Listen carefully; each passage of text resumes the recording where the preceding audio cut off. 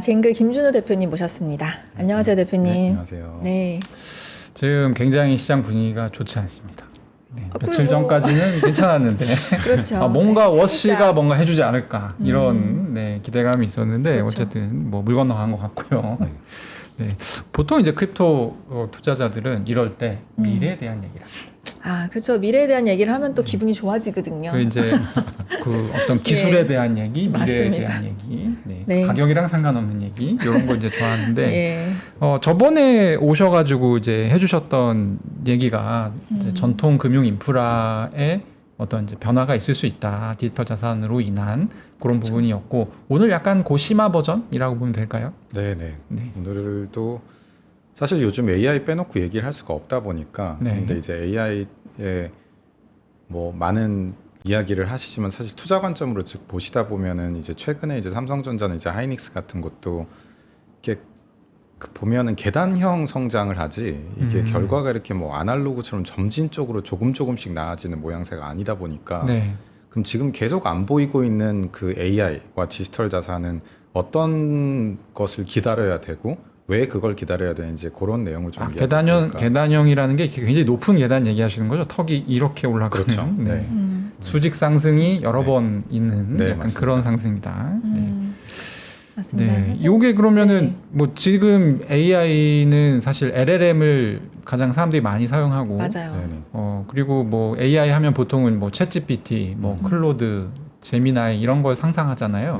그런 거랑 좀 다른 AI를 얘기하시는 걸까요? 아니요, 사실상 같은 AI 결이라고 보시면 되는데요. 이게 빅테크 사실 AI도 지금 최근 들어서 이제 최근 몇 년 사이에 이제 처음에 이제 챗GPT 같은 게 이제 나왔었고 그 다음에 이제 클로드 같은 게 나와서 보고 이제는 또 뭐 하드웨어 쪽에서 메모리 쪽 뭐 이렇게부터 계속 보고 계신데 이 빅테크가 나오면은 이제 그 빅테크를 지원하는 여러 가지 인프라가 갖춰졌을 때 이제 한 번에 이제 계단형 성장 그리고 또 그게 한번 다시 진화했을 때 여러 가지 요소들이 됐을 때 한 번에 성장을 하기 때문에 이게 어떤 특정 단독 서비스 하나만으로 점진적 개선을 해나가는 형태가 아니라 계단형으로 이렇게 무언가가 여러 가지가 됐을 때 비로소 한번 이제 도약하게 되는 게 이제 테크 쪽의 이제 발전과 도입의 일반적인 트렌드인 것 같은데요.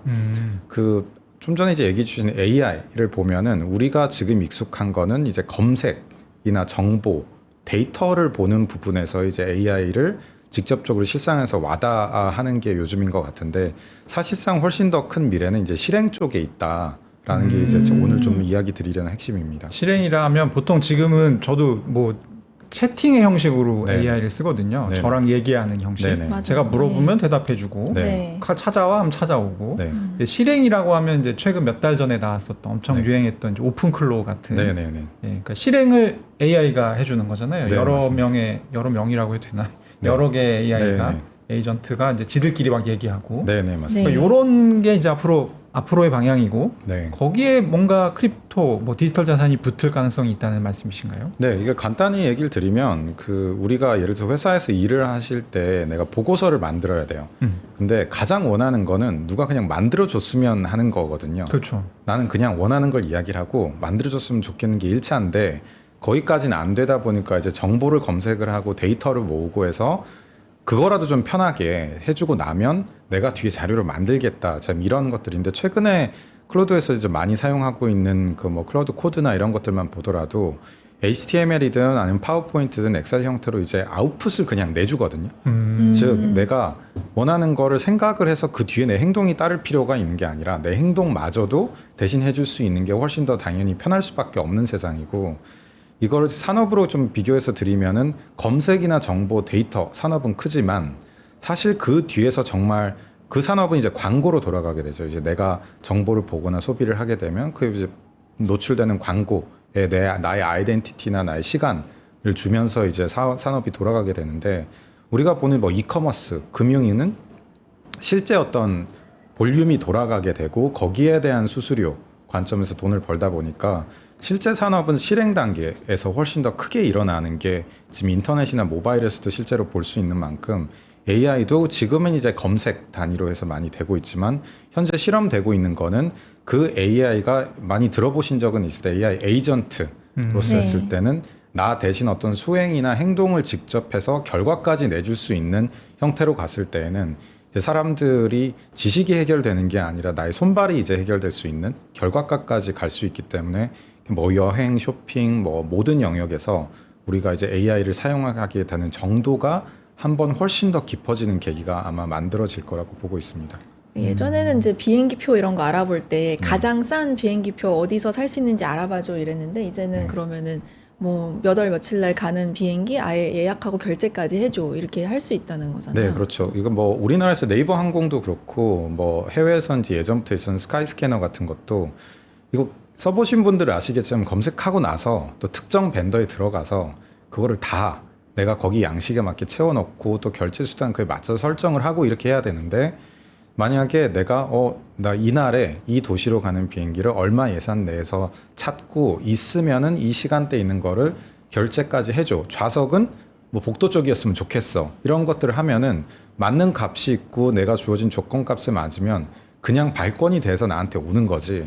찾고 그 중에서 비교해서 내가 들어가서 회원가입하고 뭐 결제 과정을 거칠 필요가 이제 없게 되는 거죠. 그러니까 그냥 말로만 하면 되는 세상이 이제 실제로 오는 게 이제 AI에서의 넥스트 정말 이제 큰 수행 단계라고 보고 있습니다.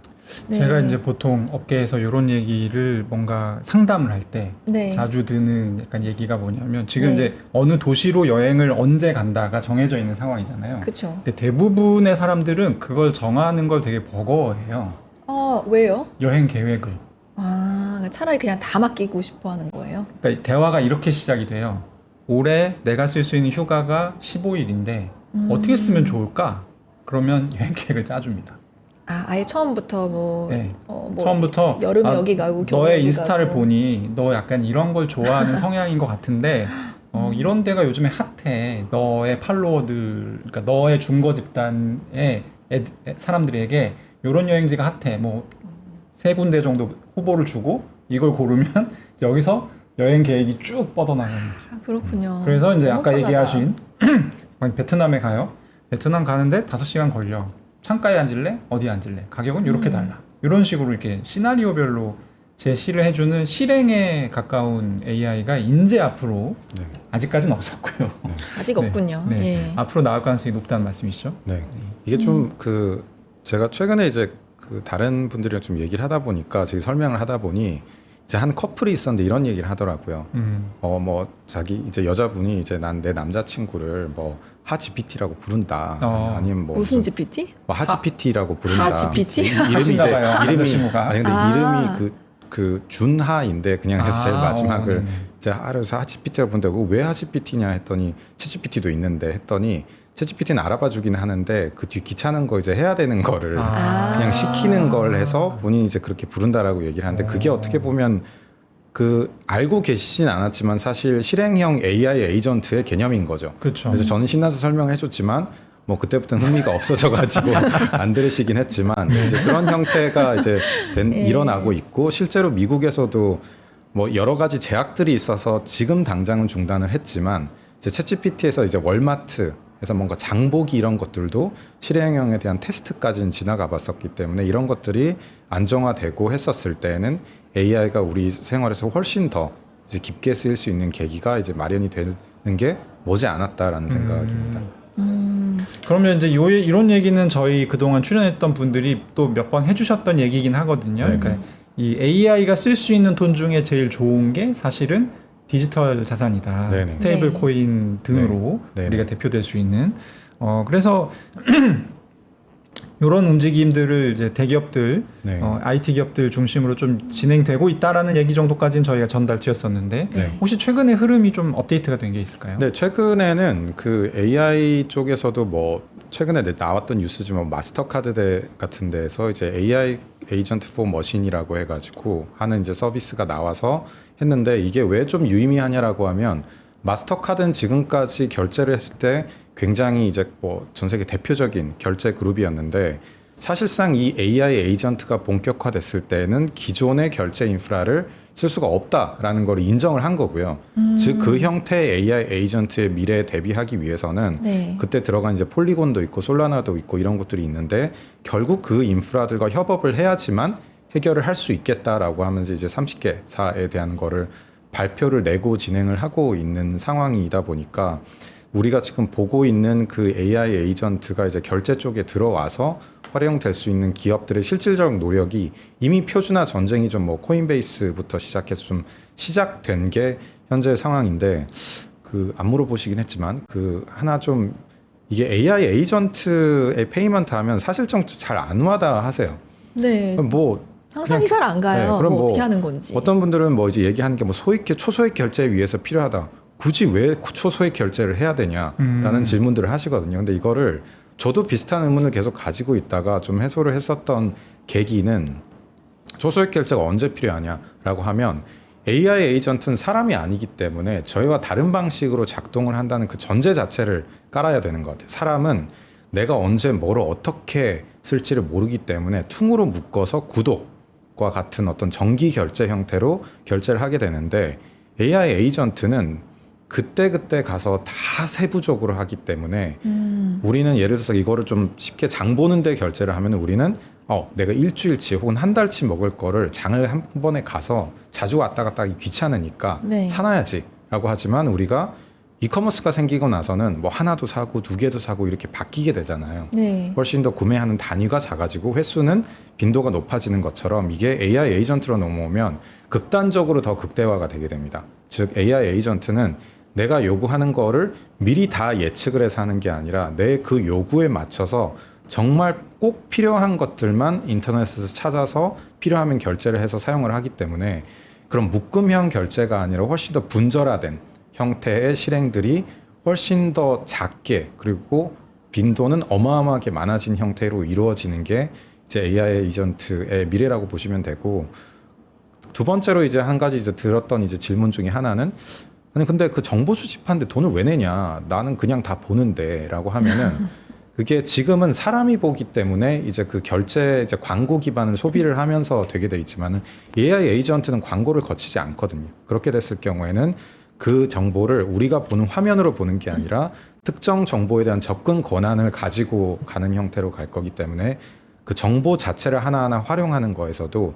그 간접 비용들이 아닌 직접적으로 초소액 결제를 활용하는 형태로 정보의 수집 또는 처리가 이루어지기 때문에 앞으로 우리가 보는 AI 에이전트가 실행 단계로 들어왔을 때는 우리가 지금 쓰는 것과는 아예 다른 경제 개념 형태로 이루어지기 때문에 그거를 기존 결제망에서는 처리를 할 수 없는 형태가 된다라고 이해를 하시면 될 것 같습니다. 네.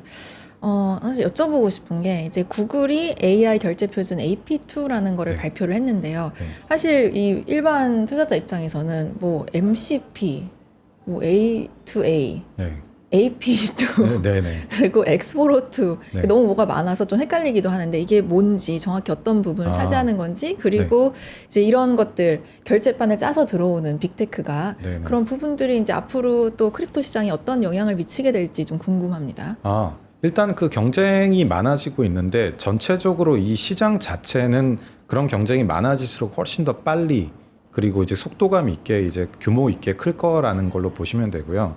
사실 일반인 분들이 여기에 어느 곳이 더 잘 되느냐에서 영향 받을 건 없고 무조건 시장은 큰다라고 이해를 하시면 되는데 오히려 뭐 이제 마스터카드에서 얼라이언스를 구축을 하고 코인베이스 네. 구축을 하고 구글이 이제 내고 있는 이런 것들은 현재 표준화 전쟁이라고 보시면 될 것 같아요. 지금의 금융에 뭐 마스터카드 기준으로 뭐 비자 기준으로 어떤 프로토콜이 만들어져서 실행이 되고 있는데 그 전에는 이걸 글로벌리 어떤 걸로 통용을 할 거냐 어떻게 표준화가 될 거냐에 대한 전쟁이 있고 나서 표준화가 이제 굳어진 것처럼 비슷한 관점으로 봤을 때에는 그 지금 이제 AI 에이전트 향후 결제를 했을 때는 뭐 구글이 하는 방식으로 할 거냐 구글의 인프라를 쓸 거냐 아니면 어디 인프라를 쓸 거냐 측면에서 AI 에이전트 결제에 있어서 마스터카드의 진영이 될지 구글 진영이 될지 코인베이스 진영이 될지 그 부분에 대한 게 지금 현재 나타나고 있는 양상이고 그 표준화를 위한 각각의 개념 및 이제 브랜드랑 서비스 인프라가 제공이 되고 있는 게 요즘 분위기입니다.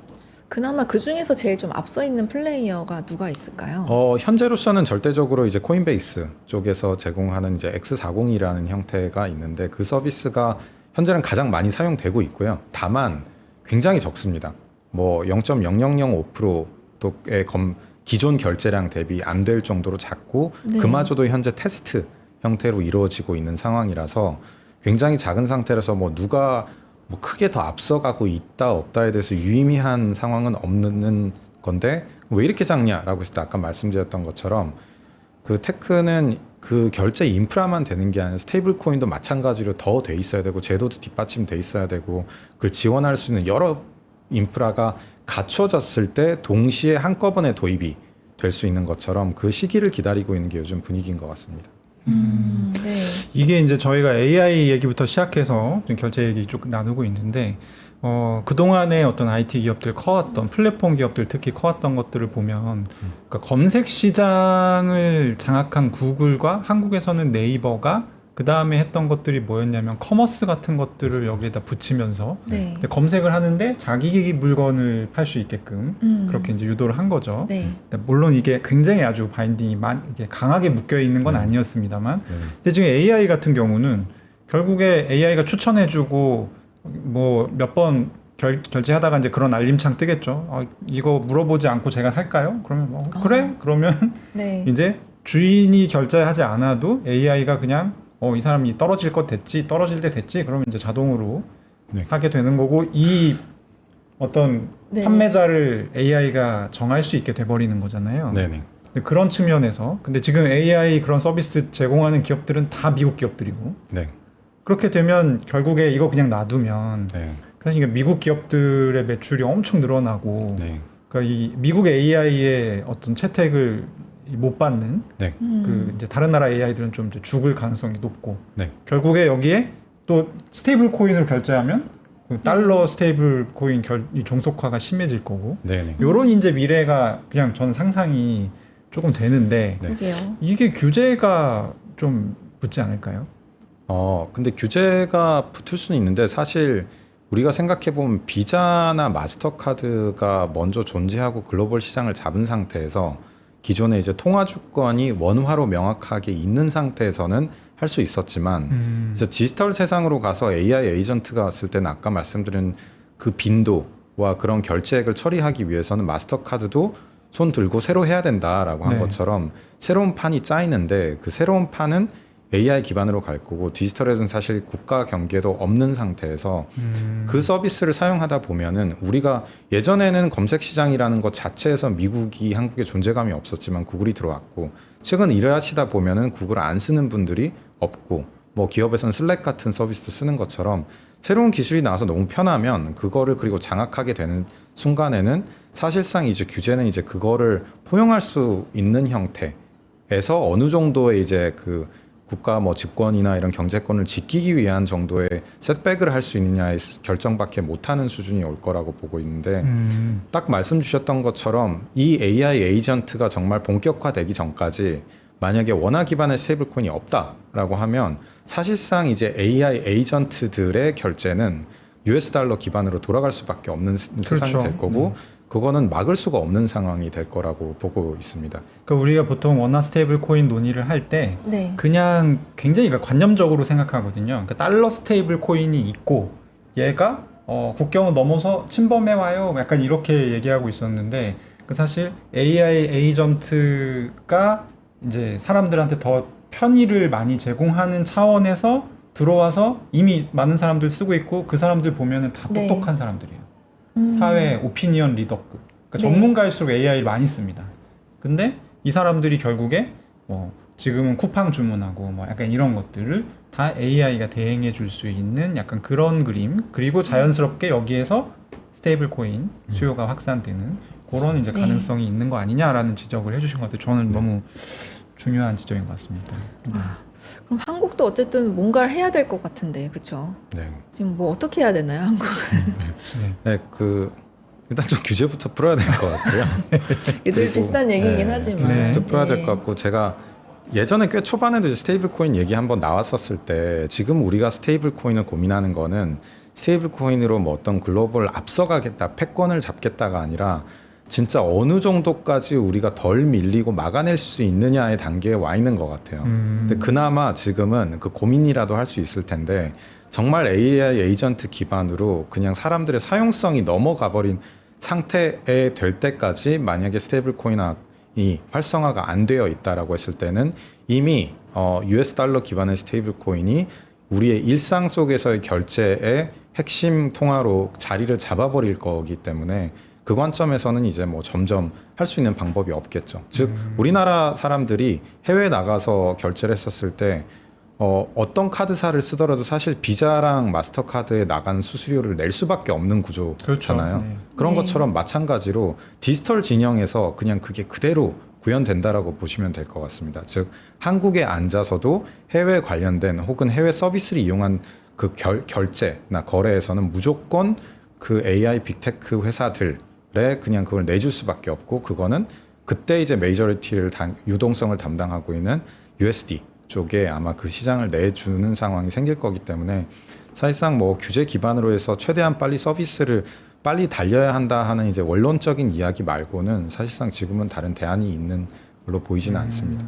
혹시 네. 이제 방송 보시는 분들이 궁금하실 것 같아서 여쭤보는 건데, 이제 저는 시간이 어느 정도 남았는지를 대략 좀 가늠해 보고 싶거든요. 지금 네. 말씀하신 오늘 이제 AI를 통해서 이제 스테이블 코인을 이용해 가지고 AI가 결제를 직접 하는 그런 실행의 대부분을 대행을 해주는 그런 단계로 나아갈 때까지, 물론 일단 AI가 지금 아직 그 수준이 아니니까 이런 수준까지 업그레이드가 돼야 될 것이고, 요 지금 그 디지털 자산 결제 이제 뭐 비자나 마스터카드가 참여하고, 구글이 또 뭐 AP2라고 하는 표준 얘기하셨고, 또 X40 얘기하셨는데, 이런 결제 표준이 확립되는 부분에 대해서는 대략 어느 정도 시간이 걸릴 거라 보십니까? 사실 이야기가 많이 있는데 좀 빠르면은 한 3년 정도 뒤부터는 볼 수 있을 거라고 이야기를 하고 있습니다. 아, 그래도 좀 시간이 있네요. 네, 근데 이제 그게 3년 뒤에는 이제 유의미하게 그게 보일 정도로 된다라고 하기 때문에 시도는 아마 1, 2년 뒤부터